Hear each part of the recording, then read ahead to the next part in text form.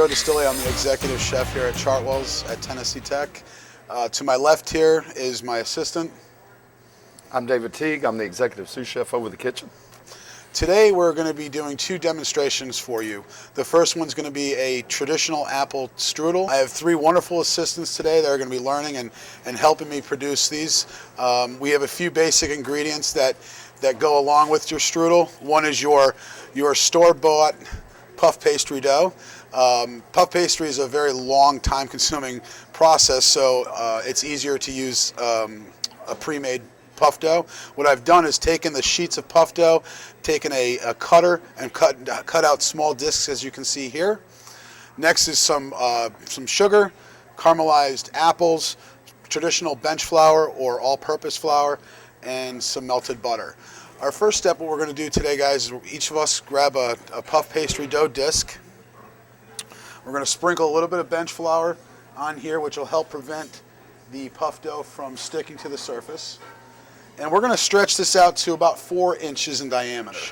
So we're going to place that on our cutting board after we've stretched them out. We're going to take some of our melted butter and just a little bit on the bottom, just to this way the other one on top sticks to that. Andrew, if you could continue with yours and pass that along. Once we've got our butter put down on our puff pastry, take a little bit of this brown sugar. It's actually called sugar in the raw. You'll notice, if you can see it, it's a little more coarser than your traditional sugar that you would use for your coffee at home. It's actually a great product. You should stop by the store and buy some. We're just going to sprinkle a little bit of that sugar on the bottom here. And if you guys, once you get that done, you can put some sugar on yours. These are just your basic Granny Smith or either Red Delicious or any Macintosh, whatever you can find in season. Peas peeled and just basically boiled till they're fork tender. What I took after that, I cored them, I sliced them, tossed them with a little bit of sugar, some some sugar, some cinnamon, a little bit of allspice, and then I just let them sit in this pan in the refrigerator overnight. What happens is it brings out all the juices in them. Once we have our apples on the bottom, I'll take a little bit more sugar, just go over the top like that. If you guys can finish with put a little more sugar on top of there. Once we got our second coating of sugar, I'm going to take another disc, grab another one of those, and we're going to stretch it. We'll try to get close to the other one as the one on the bottom, and then we're going to take the fork and we're going to crimp the edges. Basically what that is going to make it like a giant ravioli. Okay. We're going to place that over the top like that, and that's pretty close. Feel free, Andrew. Then you're going to take the back of the fork and basically just go around the edge like this to make sure everything is closed. I call them like little personal apple pies. We're going to take a little bit more butter, and we're just going to lightly brush the top of it. So this way, when it goes into the oven, it actually turns the butter brown and makes the top nice and crunchy.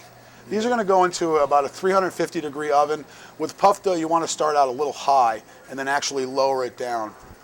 The puff pastry needs the heat to make it rise first off, then you can turn it down to 325. I'm going to guess in your home oven about 15 to 18 minutes would be pretty good for these, and then let them sit for a few minutes before you dig into them, because the insides are going to be very, very hot. So this is what the finished products look like. It's your Joe's version of an apple strudel. Like I said in the beginning, a traditional apple strudel is usually done on a log where they stretch out the puff dough, and it's rolled to about a 3-inch diameter, but it's a lot longer, and then they slice it. But this is our version today. As you can see how they come out, the brown sugar on top gets a nice caramelization, gives it a nice crunch to the top, and I'm going to let everybody try one of these.